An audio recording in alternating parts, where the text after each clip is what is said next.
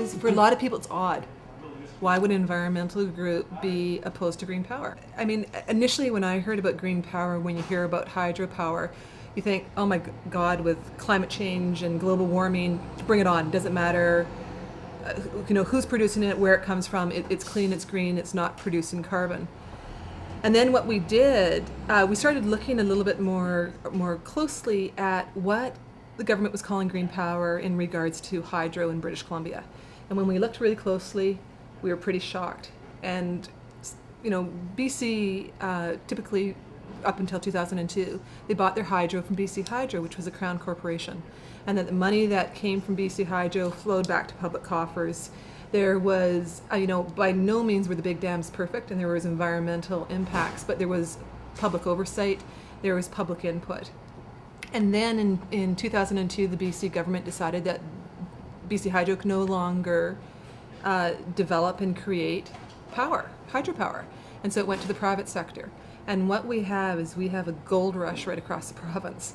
That in 2007, there are up to 500 applications to put in private power projects on pristine streams and rivers across British Columbia. And the government is not looking at cumulative impact, because with these private power projects, it's not just a little turbine in a river, that you're diverting sometimes up to 80% of the river through pipes that go on for kilometers and kilometers. And with those transmission lines, you have to log. And the transmission lines can go from tens of kilometers to hundreds of kilometers. And then you multiply that by 500 times, and you have a problem. And that's what we realize, is that we have a problem in BC. The public is nowhere to be found. It's private corporations that are calling the shots. They aren't doing this because they're concerned about green energy. They're doing this because there's a huge profit to be had. And I hadn't seen a private power project until I went up to the Ashley River, which is near Squamish. And I was absolutely blown away when I went up there that you have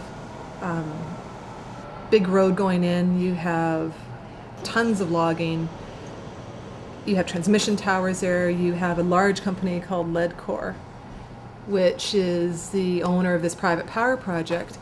And so you had what was 5 years ago, the Ashley, which was a wild river, is now a construction zone. And when we went up there, you had Ledcor's people, and they said, we want to see your ID, even though it was on a public road. This hasn't been the only time. Well, but I do an issue where is this a public road? Just clear out of the way and let us go. It's a public road. I'd like you to move your truck and allow us to go up the road. We are blocking access because you have been informed. You've never informed us of anything. Not me specifically, but you have. Never heard it before. And then I just thought, what's going on here? And then I thought, what happens when you multiply this 500 times across BC? What are the long-term impacts? And also, not just from the fact that no longer is money that's been generated from these projects flowing to the public purse, but what are the long-term ecological impacts of these power projects? And there's a right way to do green power, and there's a wrong way. And unfortunately, in BC, we're doing it the wrong way. I'm absolutely amazed at how bad it actually is.